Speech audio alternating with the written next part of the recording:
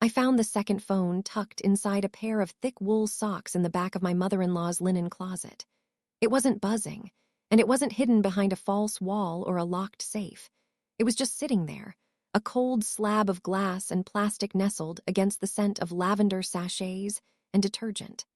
I wasn't snooping for a secret life. I was looking for the heirloom tablecloth Martha had asked me to find for Sunday dinner. But as my fingers brushed the cold screen, the quiet of her pristine house suddenly felt suffocating. I knew that phone. It was the same model my husband, Julian, had lost 3 months ago. I stood there for a long time, the heavy fabric of the tablecloth draped over my arm like a leaden weight.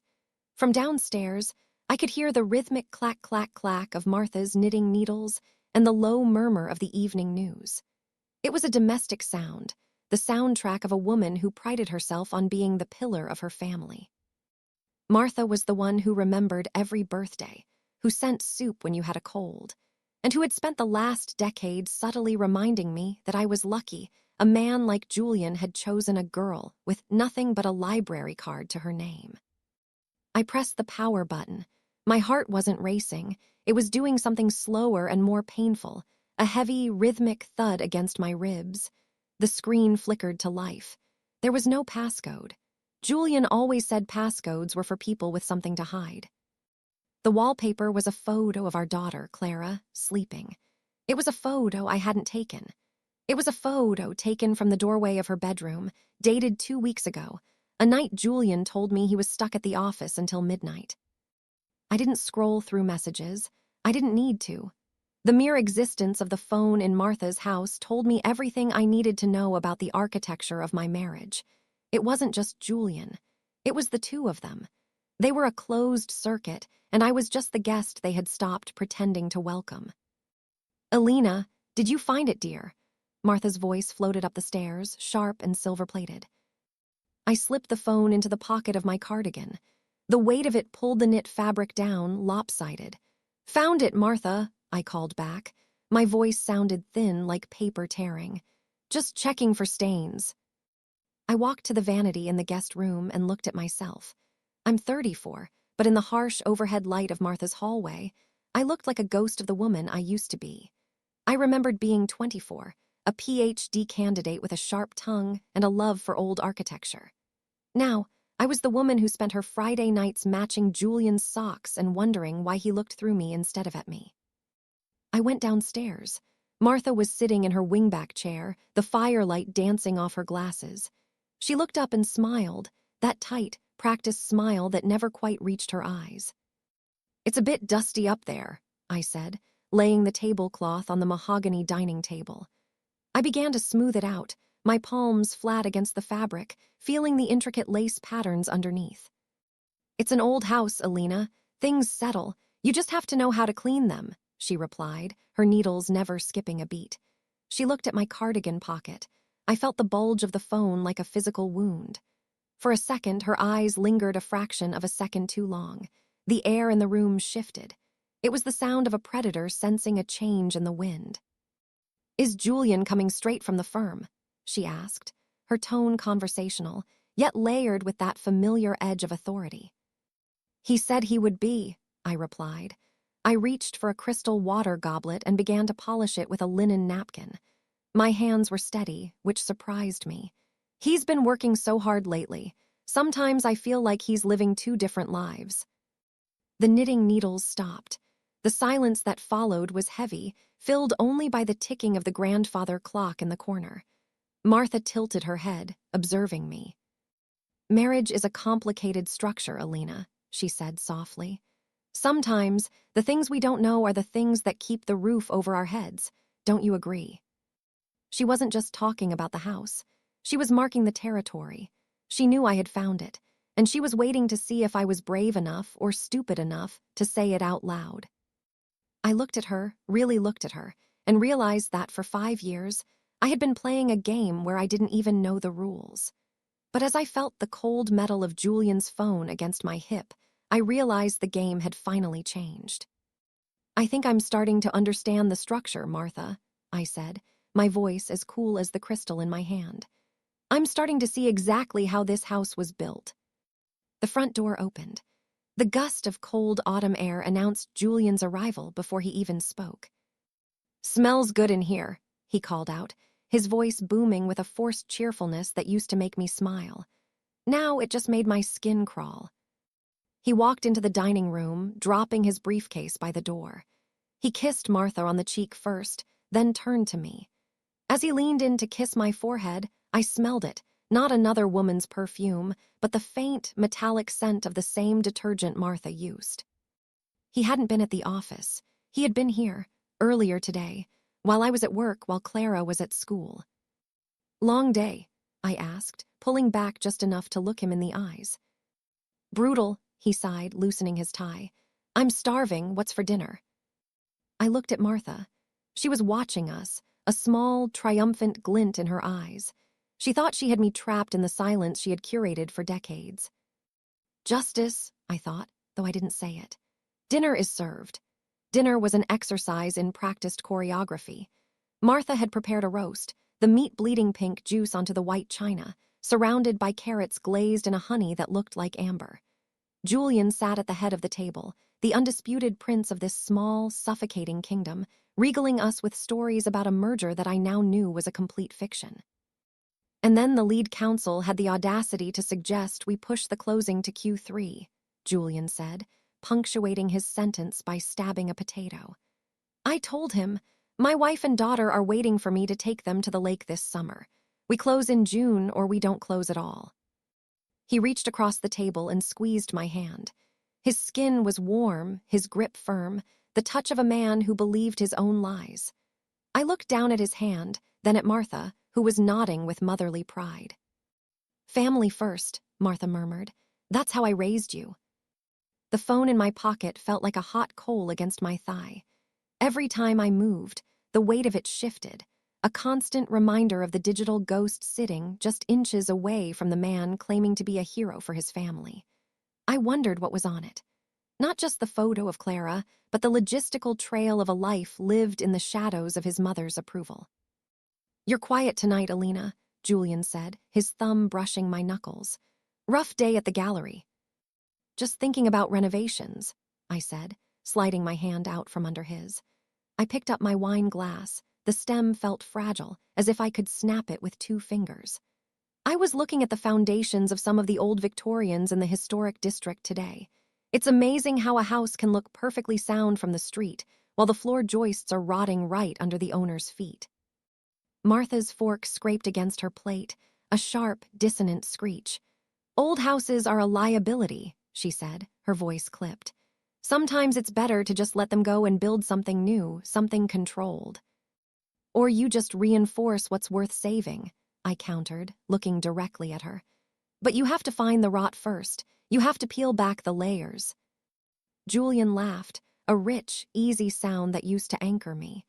"Since when did my wife become so metaphorical? It's just dinner, Elle."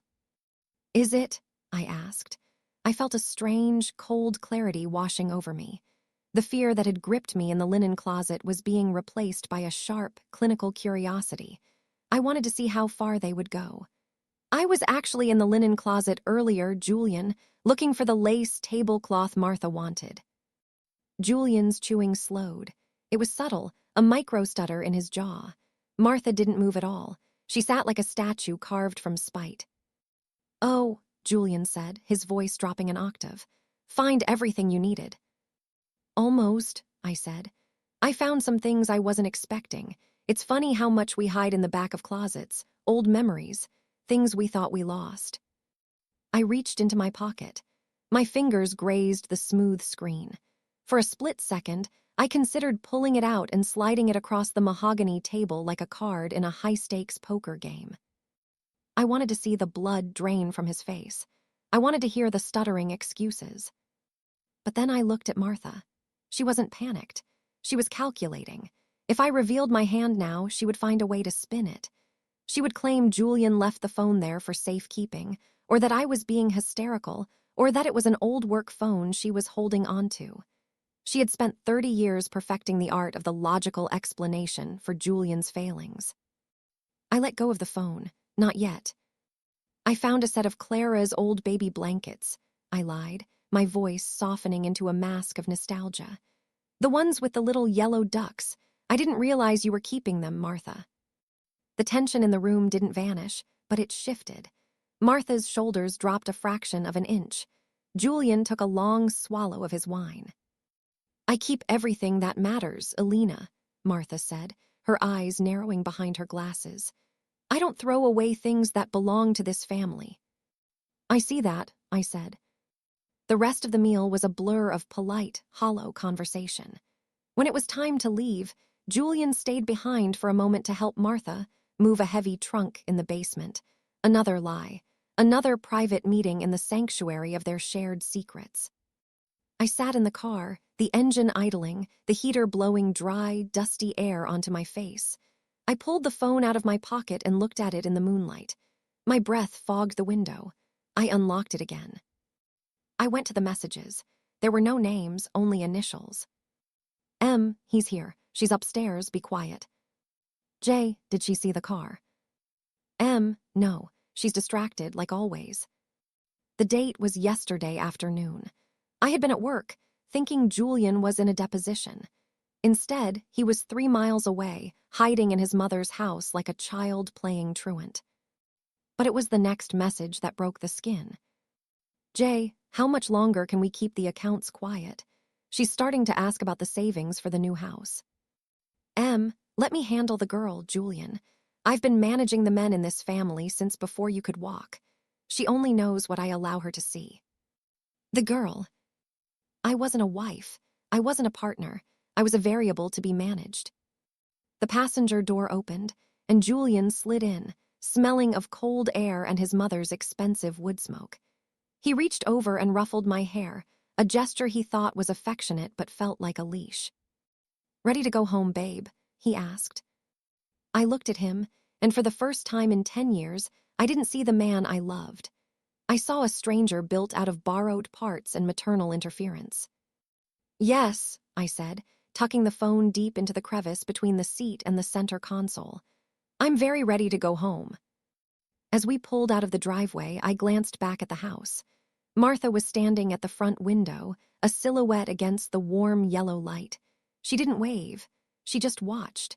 And I realized that the rot wasn't just in the floor joists, it was in the very soil the house was built on. I didn't need to scream. I didn't need to cry. I just needed to start digging. The next morning, the house felt different. It was the same 4 walls, the same mid-century modern furniture I'd spent months picking out, but the air felt thin, like a stage set after the audience has gone home. Julian left early, kissing me on the shoulder while I stood at the stove. He told me he had a breakfast meeting with a high-profile developer. I watched him pull out of the driveway from behind the kitchen curtain. I didn't reach for the phone I'd hidden in the car yet. Instead, I went to the one place in our house that Julian considered his sanctuary, the small home office at the end of the hall. He always kept it locked, not with a key, but with a digital keypad he'd installed himself. "Privileged client files, L," he'd say with that charming, dismissive shrug. "Insurance requirements." I sat on the floor in front of the door, the cold hardwood pressing against my shins. I thought about the message Martha had sent. She only knows what I allow her to see. Martha believed I was a girl who stayed in the lines. She forgot that my PhD wasn't in library science, as she liked to joke, but in architectural history. My entire career was built on looking at structures and figuring out what was being hidden behind the facade. I knew how people thought, and I knew Julian. Julian was a creature of habit and vanity. He used the same 4 digits for everything, the year he made junior partner, 2019. The lock clicked. The sound was small, but in the silence of the house, it sounded like a gunshot. The office smelled of stale coffee and Julian's expensive cologne. It was meticulously clean, which was my first red flag. A man as busy as Julian claimed to be shouldn't have a desk this empty. I opened the bottom drawer. It was filled with tax returns, insurance policies, and our joint savings statements. Everything looked perfect. Too perfect. The numbers marched down the pages in neat, orderly rows, showing a healthy balance for our Forever Home fund. But then I saw it. A small blue Post-it note stuck to the underside of the desk lamp. It had a phone number and a single word written in Martha's elegant, looping cursive: escrow. I felt a chill that had nothing to do with the morning air. We weren't in escrow. We hadn't even made an offer on a house yet. We were still looking, or so Julian told me every Sunday as we drove through neighborhoods I could only dream of. I grabbed my laptop and logged into our joint bank portal. I pulled up the statements from the last 6 months and compared them to the printed ones in the drawer. At first glance, they matched, but as I went line by line, my eyes caught a discrepancy. On the printed statement, a deposit of $5,000 was listed as a bonus. On the digital portal, that same $5,000 didn't exist. It had been intercepted. I began to dig deeper, my heart hammering a frantic rhythm against my ribs. I found a sub-account I'd never seen before. It wasn't in Julian's name. It wasn't in mine. It was a custodial account opened by Martha 3 years ago with Julian listed as the beneficiary. Every month for 3 years, a portion of Julian's overtime and bonuses, money that was supposed to be building our life together, had been siphoned off into Martha's control. They weren't just lying about his whereabouts. They were stripping the insulation out of my life, piece by piece, preparing for a future that clearly didn't include me. I sat back on his leather chair, my hands shaking. I looked at the wedding photo on his desk. We looked so happy. I looked so protected. I realized then that protection is often just another word for a cage. Martha hadn't been helping us save. She had been building a bunker for her son, funded by the labor of our marriage. The sound of the front door opening made me jump. Elena. It was Martha. She had a key. Of course she had a key. I scrambled out of the chair, closing the laptop and shoving the blue Post-it into my pocket. I barely managed to slip out of the office and pull the door shut before she appeared at the end of the hallway. She was holding a bag of groceries and a bouquet of lilies, the kind that smell like funerals. "Oh, you're home," she said, her eyes instantly darting to the office door, then to my face. She didn't ask why I was flushed or why my breathing was shallow. She just smiled that razor-thin smile. "I thought I'd drop off some things for lunch. Julian mentioned you were feeling a bit peaky last night." "I'm fine, Martha," I said, my voice steadier than I felt. I walked toward her, forcing myself to step into her personal space. "Just doing some spring cleaning. You'd be amazed at what you find when you really start looking under the rugs." Martha set the lilies down on the console table. She reached out and straightened my collar, her fingers cold against my neck. "Cleaning is good, Elena," she whispered, her voice dropping to a low, chilling purr. "But be careful. Sometimes when you stir up too much dust, you find you can't breathe in your own home." She walked past me into the kitchen as if she owned the place. And as I watched her, I realized she did own it. She owned the secrets, she owned the money, and she owned the man I had slept next to for a decade. I reached into my pocket and felt the phone I'd taken from the car earlier. I hadn't just taken his second phone, I'd taken his leverage. I wasn't going to be the girl anymore. If Martha wanted to play architect, I was going to show her exactly what happens when you build a house on a foundation of lies. I waited until I heard the water running in the kitchen. Then I slipped back into the office and did something I never thought I was capable of. I didn't steal. I didn't delete.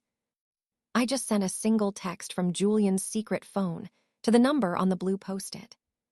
"The wife knows. We need to move the money today." Then I sat back and waited for the house to start shaking. The silence that followed the sent message was the loudest thing I had ever heard. I stood in the center of Julian's office, my thumb still hovering over the screen, watching the little gray bubbles appear. Martha was typing. My stomach twisted. I was gambling with the only life I knew, throwing a match into a room full of gasoline just to see where the exits were. "I told you she was getting too close," the reply flashed. "Meet me at the branch in 20 minutes. Bring the ledger. I'll call the broker and tell him the renovation is starting early." The renovation. That was their code for the kill. They weren't just moving money, they were preparing to liquidate our shared history. I heard the kitchen faucet click off. Martha's footsteps, firm, expensive heels on the tile, were moving toward the hallway. I shoved the phone into my waistband, smoothed my sweater, and stepped out of the office just as she turned the corner. She was already holding her coat. Her face was a mask of practiced composure, but there was a new tightness around her mouth. A predator who had just received a signal. "I forgot I have a bridge luncheon at the club," she said, not looking me in the eye as she buttoned her coat. "I'll have to leave the lilies for you to water, Alina. They're thirsty things." "Of course," I said, leaning against the wall. I forced a smile that felt like it was cracking my skin. "Enjoy your game, Martha. I hope the hands are in your favor today." She paused at the door, her hand on the brass knob. She looked back at me, her gaze lingering on the office door behind me. For a second, I thought she might demand I show her my pockets. I thought the charade might end right there, in a messy, screaming confrontation. But Martha was too refined for a scene. She preferred the quiet blade. "They usually are," she said softly, and then she was gone. The second her car cleared the driveway, I scrambled. I didn't have 20 minutes. I had 10 if I wanted to beat them there. I didn't grab my purse. I grabbed my laptop and the keys to the old SUV Julian hated me driving because it didn't fit the image. I drove like a woman possessed, my mind racing through the logistics of what I'd seen on the bank portal. The custodial account. Martha's name was on it, but the funds were derived from our marital income. In this state, that meant it was half mine, if I could prove the source. The bank was a small, boutique branch downtown, the kind with marble floors and private rooms where wealthy families buried their secrets. I parked a block away and ran, the cold wind biting at my face. I walked through the heavy glass doors and saw them. They were in a glass-walled office at the back. Julian was there, still in his work suit, looking haggard. Martha sat beside him, her posture regal, holding a leather-bound folder. They were leaning over a desk, talking to a man in a sharp gray suit. I didn't storm in. I didn't make a scene. Instead, I sat in the waiting area, hidden behind a large potted palm, and pulled out my phone, my real phone. I hit record. I couldn't hear the words, but I could see the body language. Julian was agitated, running his hands through his hair. Martha was the one doing the talking. She tapped the ledger, then pointed to a document. The banker nodded, sliding a pen toward Julian. Julian hesitated. He looked at the pen, then at his mother. This was it. He was about to sign away the down payment for the home we had dreamed of together, the money I had saved from my gallery commissions, the money he had hidden to ensure I had no escape route. I felt a surge of cold, white-hot fury. It wasn't just about the money. It was the fact that he was willing to leave me with nothing, to let his mother dictate the terms of my ruin, all to keep his own life comfortable. I stood up and walked toward the glass office. My reflection in the windows looked like someone I didn't recognize, sharp, focused, dangerous. I pushed the door open without knocking. The silence that hit the room was absolute. The banker looked up, startled. Julian dropped the pen. It rolled across the mahogany desk and clattered onto the floor. Martha didn't flinch. She simply turned her head, her eyes like chips of flint.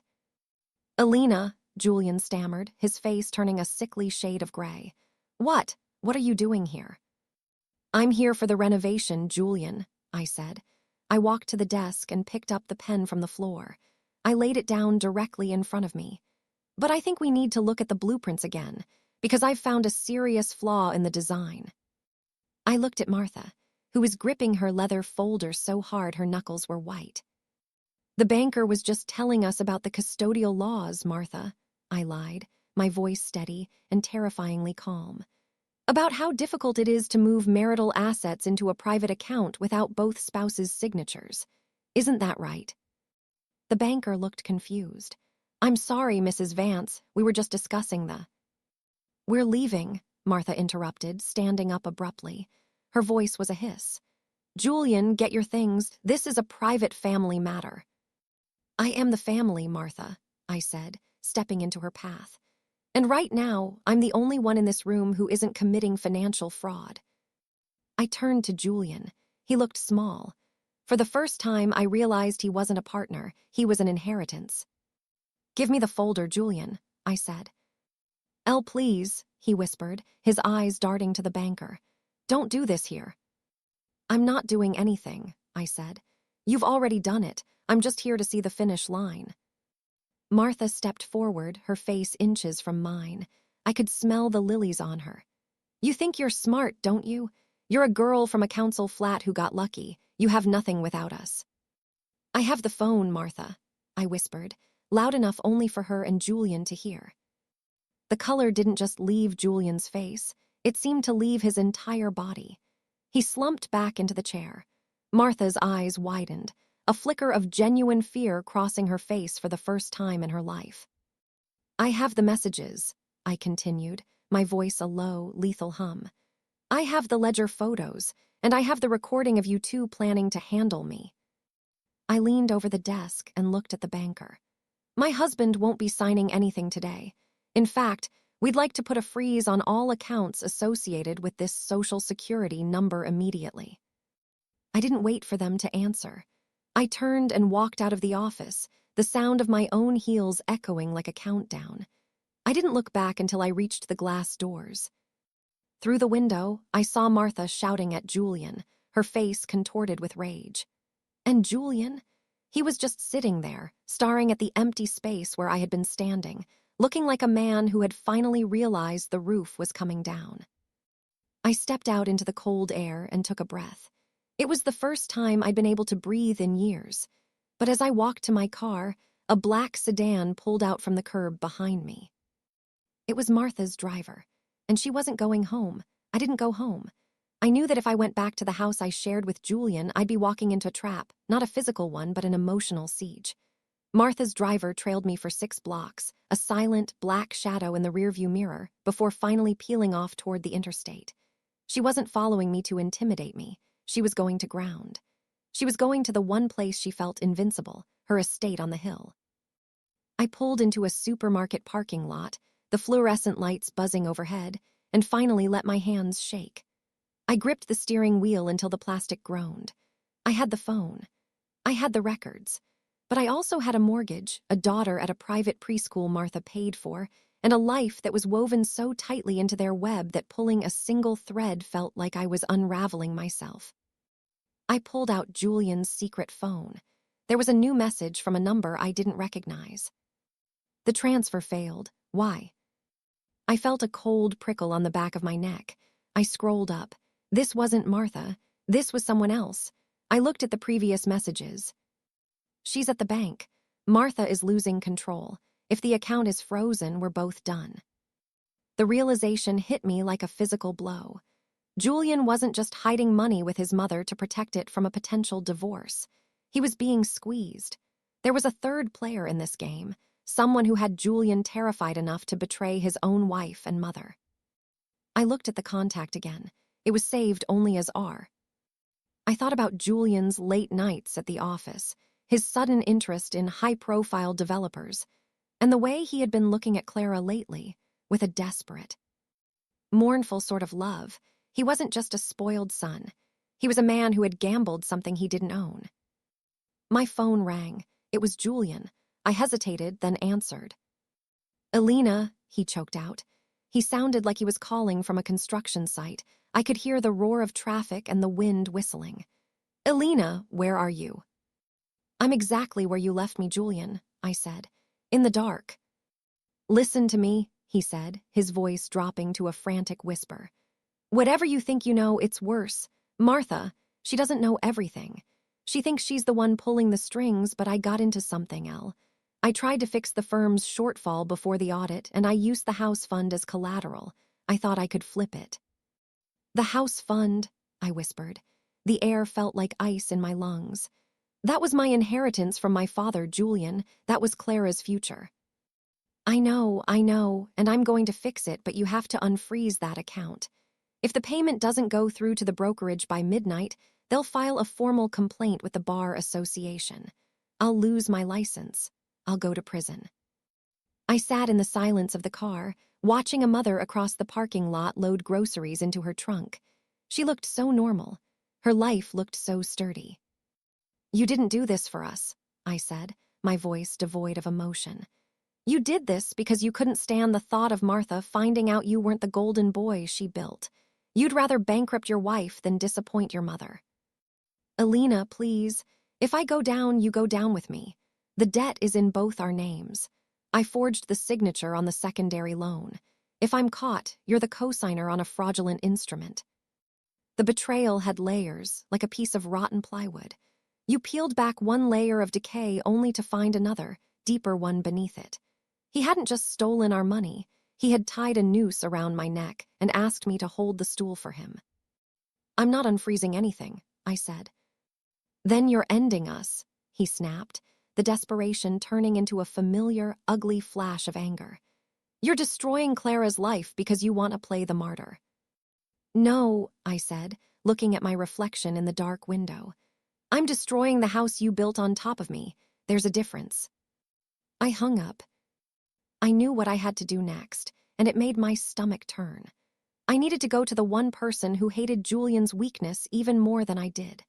I needed to go to the woman who had spent 30 years covering up his messes, not out of love, but out of a pathological need for the Vance name to remain spotless. I drove to Martha's. The gates to the estate opened slowly, like the mouth of a tired beast. I parked in the circular drive, right behind her sedan. I didn't knock. I used my key, walked through the grand foyer, and followed the sound of a pouring drink into the library. Martha was sitting by the fire, a glass of amber liquid in her hand. She didn't look up when I entered. He told you about the forgery, didn't he? She asked. Her voice was hollow, stripped of its usual silver plating. He did, I said. He's a weak man, my son, she sighed, staring into the flames. He has his father's eyes and my ambition, but none of the spine required to bridge the two. He's your creation, Martha, I said, walking to the desk and dropping Julian's secret phone in front of her. And he's about to be your downfall. When the Bar Association investigates the fraud, they won't just stop at Julian. They'll look at the custodial accounts. They'll look at where that money came from. They'll find your signature on the transfers. Martha finally looked at me. For the first time, she looked her age. The lines around her eyes were deep, and her hand was trembling. What do you want, Alina? She asked. Money, a divorce settlement. Name your price to keep the silence. I don't want your money, Martha, I said, leaning over her. I want the truth. Who is R? The glass in Martha's hand shattered against the hearth. The fire hissed as the alcohol hit the embers, and for a moment, the room was filled with a bright, terrifying blue light. Martha didn't scream. She didn't even flinch at the sound of the glass breaking. She simply stared at the shards on the hearth, watching the amber liquid seep into the grout. The blue flame from the spilled alcohol flickered out, leaving the room in a heavy, orange gloom. R, she whispered, the name sounding like a physical ache. She reached for a linen napkin and began to dab at a drop of scotch on her silk skirt. You were never supposed to hear that name, Alina, not because it's a secret, but because it's a ghost. A ghost that's texting your son about liquidated accounts? I countered, pulling a chair across the hardwood. The screech of the legs sounded like a predator's call. I sat directly across from her, forcing her to look at me. Julian said he was fixing a shortfall at the firm, but R isn't a partner at the firm. Who is it, Martha? Martha leaned back, her face falling into deep shadow. Before Julian, there was Richard, my firstborn. I froze. I had been in this family for a decade. I had spent every Christmas, every birthday, and every funeral sitting at their tables. I knew the genealogy of the Vance family better than my own. There was no Richard. Julian doesn't have a brother, I said, my voice barely a breath. In the eyes of the law, no, Martha said, her voice regaining a bit of its cold edge. Richard was difficult. He had Julian's charm, but none of his restraint. When he was 21, he caused an accident. A girl was paralyzed.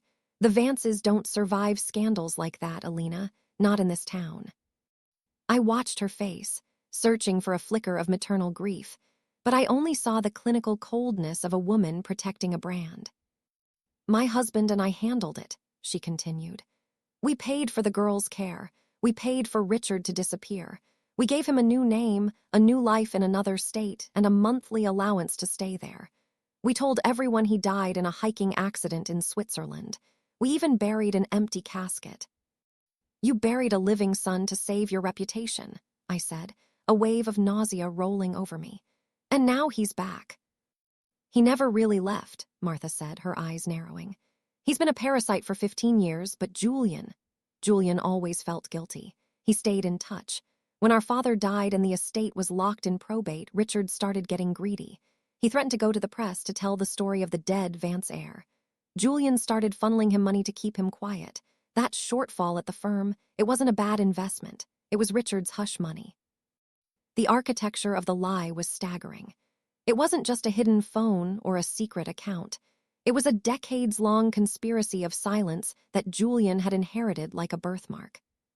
And R wants the money tonight because he knows the accounts are being moved, I said, piecing it together. He's not just a ghost, he's a blackmailer. He's a monster, Martha snapped. And Julian is a fool. He thought he could outmaneuver him. He took out those loans, forged your name, all to pay off Richard's latest debt so he could finally cut him off. He was trying to protect you, Alina, in his own pathetic, twisted way. Don't you dare, I said, standing up.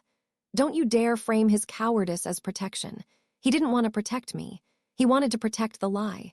He wanted to keep living in this glass house where everything looks perfect while the foundations are built on a corpse. So what now? Martha asked, her voice trembling. The money hasn't moved. Richard will talk. The forgery will come out. The firm will collapse. Is that the justice you want? I looked around the library, the leather-bound books, the oil paintings, the symbols of a legacy built on the erasure of a human being. I thought of Clara, upstairs in our own home, sleeping in a life funded by these secrets. I don't care about your legacy, Martha, I said, and I don't care about Richard. Then what do you want? I want the ledger, I said. The real one, not the one you showed the banker. I want the records of every cent Julian moved, every payment to Richard, and every document you signed to facilitate it.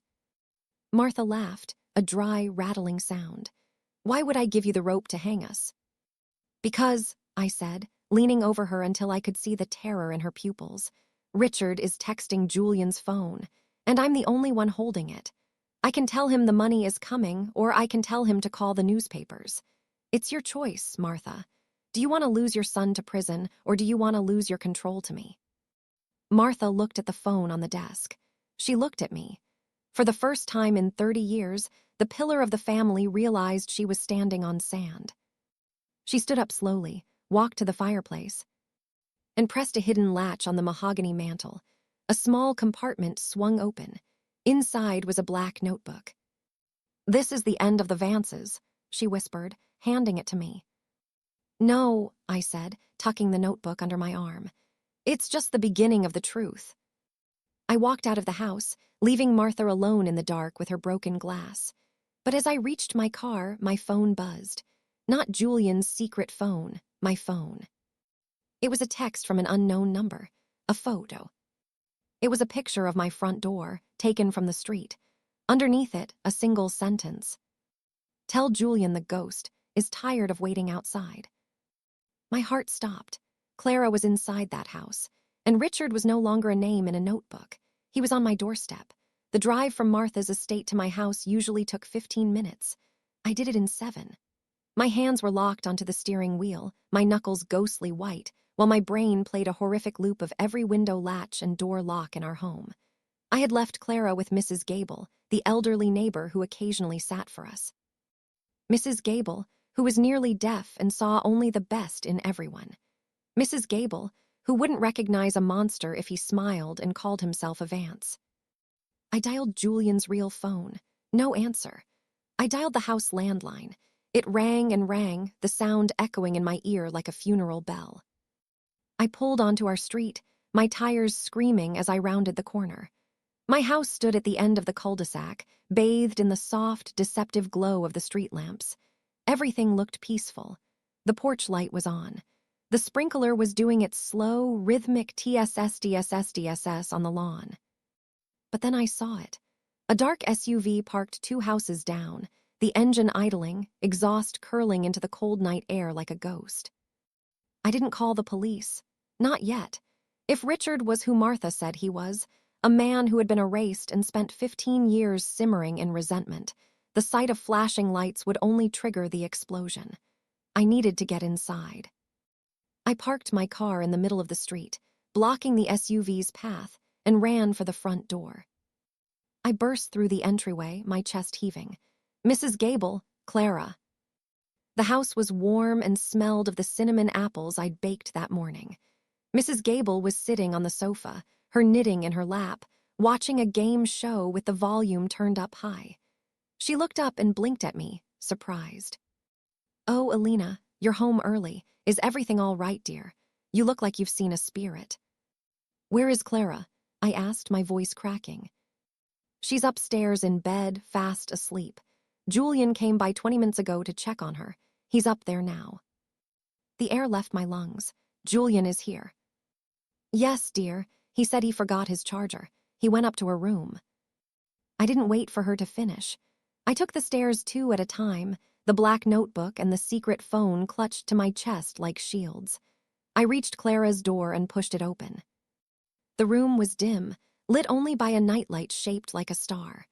Clara was a small, quiet lump under her pink duvet, her breathing deep and rhythmic. Sitting in the rocking chair in the corner was a man. He was wearing Julian's coat.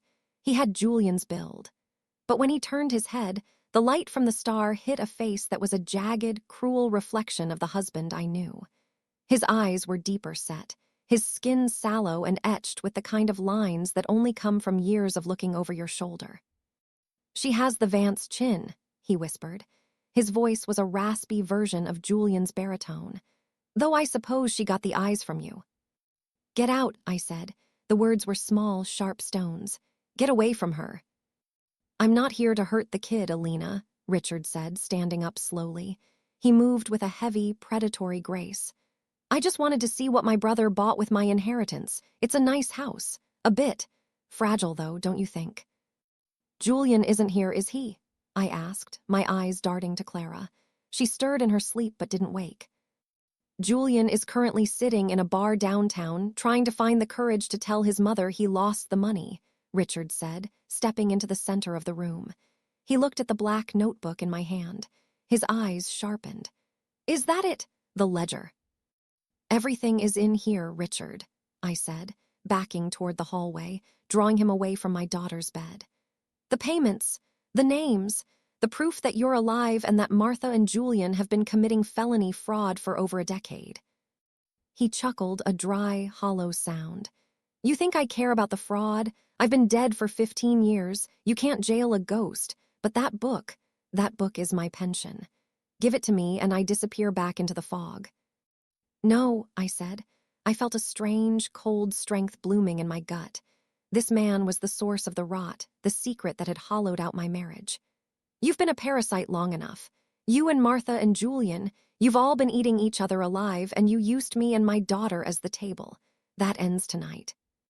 "Alina," he said, his voice dropping to a warning low. "Don't be a hero. You're a mother. Think about what happens to this little girl if her mom goes missing on a Tuesday night." "I am thinking about her," I said. I pulled Julian's secret phone from my pocket and held it up. "I've already sent the digital scans of this notebook to a cloud drive, and I've sent an automated email to the district attorney and the bar association. If I don't enter a deactivation code in 30 minutes, the ghost becomes the lead story on the morning news." It was a lie. I hadn't had time to scan anything. But in the dim light of the nursery, with the shadow of a dead man looming over me, I realized that the only way to survive a Vance was to become a better architect of lies than they were. Richard stared at me. He looked at the phone, then at the notebook, then at the sleeping child. For a moment, the air was thick with the possibility of violence. I could see the calculation in his eyes, the risk versus the reward. "You're a lot smarter than Julian said," Richard finally muttered. He reached into his pocket. My heart hammered against my teeth, expecting a knife, a gun. Instead, he pulled out a set of keys. He tossed them onto Clara's rug. "Tell my brother he's lucky," Richard said. "And tell Martha. Tell her I'll see her in hell. She's already paid for the reservation." He walked past me, his shoulder brushing mine. I didn't breathe until I heard the front door click shut, and then the sound of the SUV pulling away. I collapsed against the doorframe, my legs finally giving out.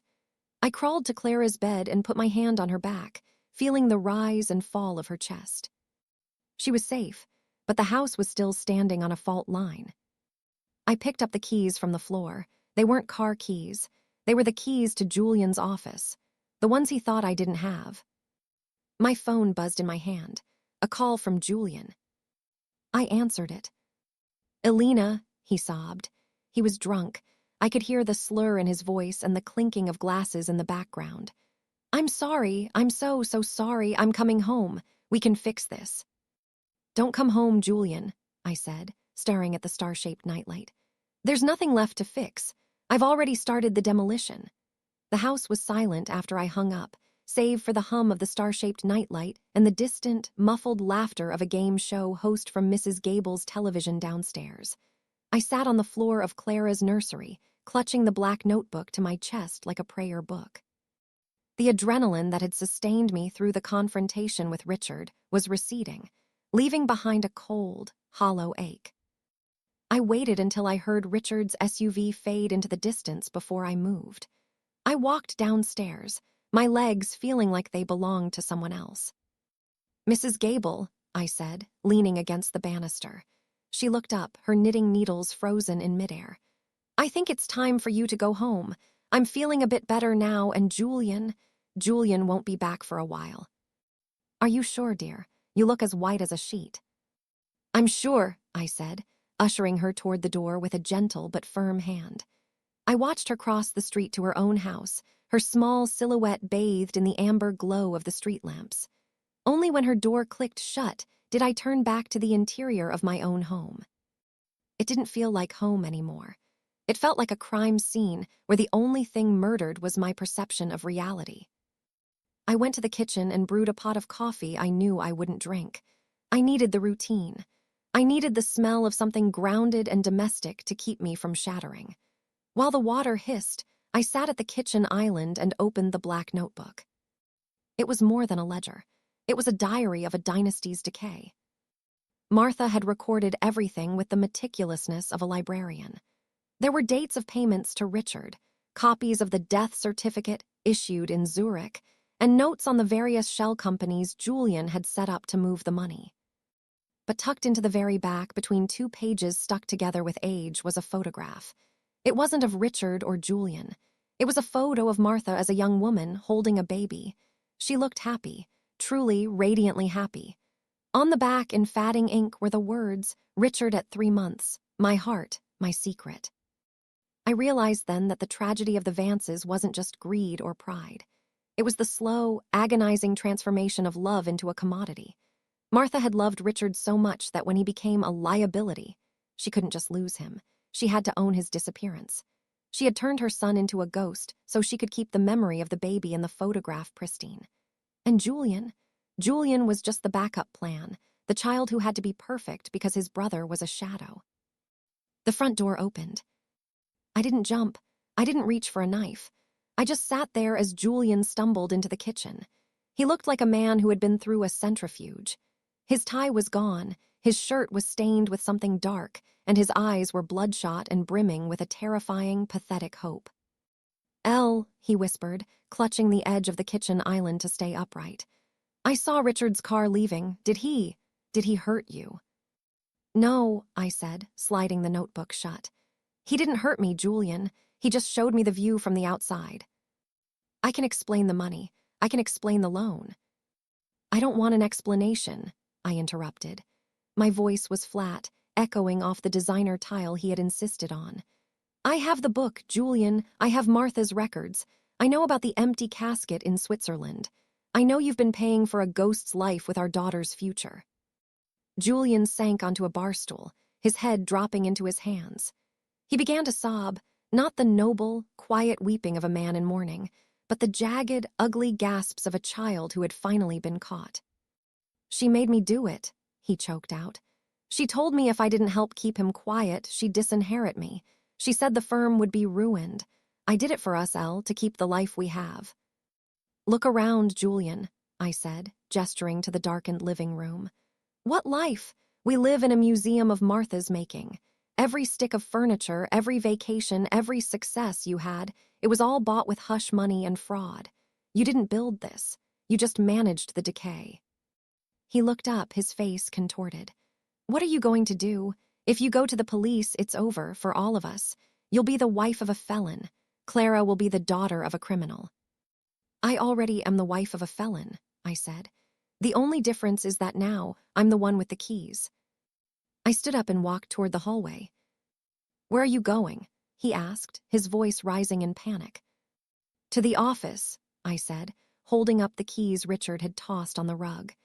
I'm going to find the rest of the puzzle. And then, Julian, I'm going to decide if there's anything in this house worth saving. I walked to the office door, the keypad glowing red in the dark. I didn't use the code. I used the key. As the door swung open, the smell of Julian's cologne and stale paper hit me. I sat at his desk and opened his laptop. I didn't look for bank accounts this time. I looked for the one thing Julian valued more than money, his reputation. I found his sent emails. I found the drafts he thought he'd deleted. And then, I found the email sent 3 days ago to a local real estate agent. Subject, urgent sale, 1422 Briarwood.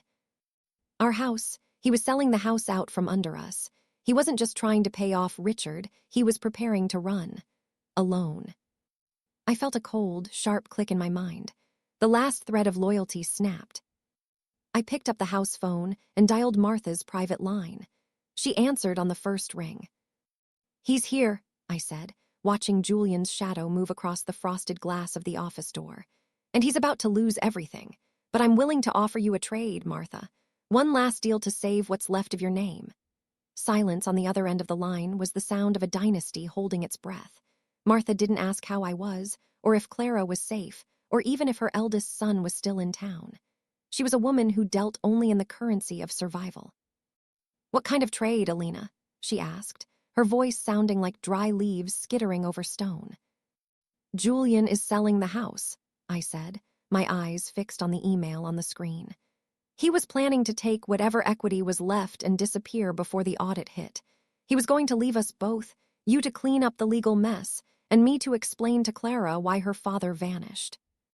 I heard the faint clink of a glass. Martha was drinking again. He always was a runner, just like his father. They prefer the open road to the hard truth. Here is the deal, I said, my voice gaining a precision that surprised even me. I have the ledger. I have the digital trail of every cent Julian siphoned. I am going to the bank tomorrow morning. You are going to authorize a full transfer of the custodial funds, all of it into a private trust for Clara. No Vance names on the title, just hers, with me as the sole executor. That's nearly $1 million, Alina, Martha hissed. That money was meant for the family's future. I am the family's future, I countered. Unless you want the alternative, if you don't sign those papers, I take this notebook to the authorities. I'll tell them about Richard. I'll tell them about the Zurich certificates. I will burn this entire legacy to the ground, and I will sit in the front row and watch the smoke. You'll spend your final years in a courtroom, Martha, not a club. A long, heavy pause followed. I could almost hear her calculating the cost of her pride versus the cost of her freedom. And Julian, she asked. Julian is no longer your problem, or mine. He's going to sign the house over to me entirely as part of a quiet, uncontested divorce. In exchange, I won't press charges for the forgery. He can go wherever he was planning to run. He can be a ghost, too. It runs in the family, doesn't it? You're a cold woman, Alina, Martha whispered. I had a good teacher, I said. Do we have a deal? Bring the papers to the house at noon, she replied, and the line went dead. I closed the laptop and stepped out of the office. Julian was slumped against the wall in the hallway, his head between his knees. He looked like a discarded suit, empty and wrinkled. He didn't even look up as I approached. I talked to your mother, I said. He flinched. What did she say? She said you're a runner, Julian. And for once, she's right. You're going to pack a bag, just one. You're going to stay at a hotel tonight, and tomorrow, you're going to meet me at the lawyer's office to sign the quitclaim deed and the divorce papers. He looked up at me, his eyes wet and pathetic. Elle, please, Where am I supposed to go? I have no money, I have nothing. You have exactly what you gave me, I said, walking to the front door and opening it wide. The night air was crisp, smelling of damp earth and the promise of rain. You have your secrets. Go see if they'll keep you warm. I watched him move. He moved slowly, as if his bones had turned to lead. He went into the bedroom and came out 5 minutes later with a small carry-on. He didn't look at the stairs leading to Clara's room. He didn't look at me. He walked out the door and into the darkness. I locked the door behind him. I turned the deadbolt, pushed the security bar into place, and for the first time in years, I felt the house grow still. The Vance energy, that oppressive, watchful weight, seemed to have left with him. I went back upstairs to Clara's room. She hadn't moved. I sat on the edge of her bed and watched her sleep. I thought about the money in the trust, the house in my name, and the notebook sitting on the kitchen counter. I had won. I had outmaneuvered the woman who had spent a lifetime playing God. I had secured a future for my daughter that wasn't dependent on the whims of a man or the cruelty of a matriarch. But as I sat there in the dark, I realized that winning felt a lot like mourning. I was 34 years old, and I was starting over in a house full of shadows. The phone in my pocket buzzed. I pulled it out, expecting Martha or Julian. It was a message on the secret phone, from R. The ghost is out of the house, but the house is still haunted, Alina. Check the basement joist. Third one from the left. A wedding present for the new owner. My blood turned to ice. Richard hadn't just been in the nursery. He had been in the bones of the house. I stood up, my heart pounding a frantic rhythm against my ribs. I grabbed a flashlight from the nightstand and headed for the basement. I didn't want to go. Every instinct I had told me to leave the house, to take Clara and run. But I knew that if I didn't face whatever was in the dark, I would never truly be free. I reached the basement, the air cool and smelling of concrete. I found the third joist from the left. Tucked into a small gap between the wood and the subfloor was a rusted metal box. I pulled it down and opened it. Inside was a stack of letters, tied with a faded blue ribbon, and underneath them, a set of high-resolution photographs. They weren't of the Vances. They were of the accident 15 years ago, the one that paralyzed a girl, the one Martha said Richard caused. But in the photos, it wasn't Richard behind the wheel of the crashed car. It was Julian. The ghost hadn't been the villain. He had been the scapegoat. And the woman I was about to go into business with tomorrow morning had sacrificed her firstborn to save her favorite son, and then spent 15 years making me pay for the privilege of being part of the lie. I sat on the cold concrete floor of the basement, the flashlight rolling away from me, casting long, distorted shadows against the furnace. The letters in my lap were heavy with the truth.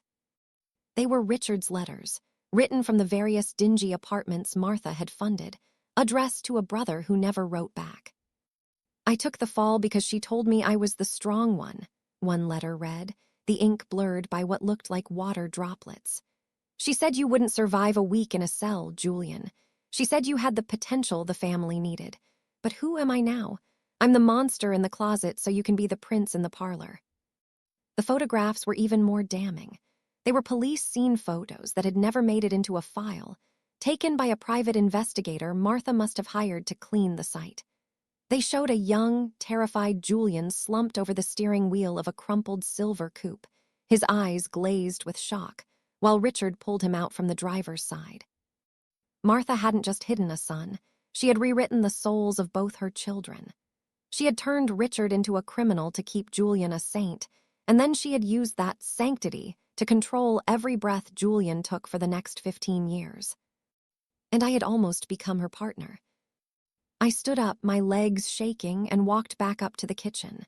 The black notebook was still sitting on the counter, glowing under the pendant lights. I looked at it and felt a wave of profound disgust. It wasn't a ledger of money, it was a ledger of human lives. I didn't wait for noon. I drove to Martha's estate at 3:00 a.m. The gates were closed, but I pressed the intercom until a sleepy, startled security guard answered. "It's Alina Vance," I said, my voice cutting through the speaker like a blade. "Open the gate, or I start screaming the truth to the neighbors right now." The gates hummed open. I found Martha in the same chair, the fire now a pile of gray ash. She looked like she hadn't moved since I left. She looked up as I entered, her eyes narrowing as she saw the blue-ribboned letters in my hand. "You went to the basement," she whispered. "Richard wanted me to see the blueprints, Martha," I said, dropping the letters and the photos onto the coffee table.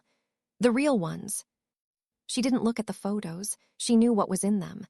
I did what I had to do for my son, for the name. "You destroyed them both," I said. "You turned one into a parasite and the other into a hollow shell. And you would have done the same to Clara. You would have taught her that the name is worth more than the truth." I leaned over her, and for the first time I didn't feel any fear. I felt only a cold, clinical pity. "The deal has changed," I said. "I'm not taking the money for Clara as a trade. I've already sent digital copies of these photos to Richard's lawyer, the one he's been using to squeeze Julian. He's filing for a full exoneration tomorrow. The scandal you spent 15 years avoiding, it's going to be the lead story in the evening news." Martha's face went slack. Her hand reached for her throat, her fingers clutching her pearls. "You'll ruin yourself, Alina. You'll be the wife of a man who let his brother take the fall for a hit and run." "I don't care," I said. "I'd rather be the woman who told the truth than the queen of a house of cards." "What do you want?" she gasped. "I want you to sign the trust documents now," I said, pulling them from my bag. "And then I want you to go to the police and tell them exactly how you obstructed justice 15 years ago. If you do that, I'll tell the press that Julian was coerced by a manipulative mother. It might save him some jail time. If you don't, I'll make sure the world knows you were the architect of every single lie." Martha looked at the pen I held out. Her eyes darted around the room, looking for an exit, for a lie she hadn't used yet, for a secret that could save her. But the room was empty. The ghosts were out. She signed. Her hand was steady until the very last stroke, where the ink bled into a jagged line. I walked out of the house as the sun began to peek over the horizon, painting the sky in bruises of purple and orange. I drove home, pulled into my driveway, and sat in the silence of my car. I had lost my husband. I had lost the family I thought I belonged to. I had lost the perfect life that had been a cage for a decade. I went inside and went straight to Clara's room. She was awake, sitting up in bed and playing with a stuffed rabbit. She looked up and smiled at me, a bright, honest smile that didn't have a trace of the Vance shadow in it. "Mommy," she asked, "is Daddy home?" I sat on the edge of the bed and pulled her into my lap. I smelled the scent of baby's shampoo and morning air. "No, honey," I said, my voice firm and clear. "Daddy is away for a while, but we're going to be okay. We're going to build a new house." "A big one?" she asked. "No," I said, kissing the top of her head. "Just a real one." I looked out the window at the quiet street. The SUV was gone. Julian was gone. Martha was alone in her castle of ash. I picked up my phone, my real phone, and deleted every contact that started with the name Vance. I was Alina, just Alina. And for the first time in my life, the structure I was standing in was solid. It wasn't built on secrets or legacies or the bones of brothers. It was built on the truth. And as the light finally flooded the room, the shadows disappeared.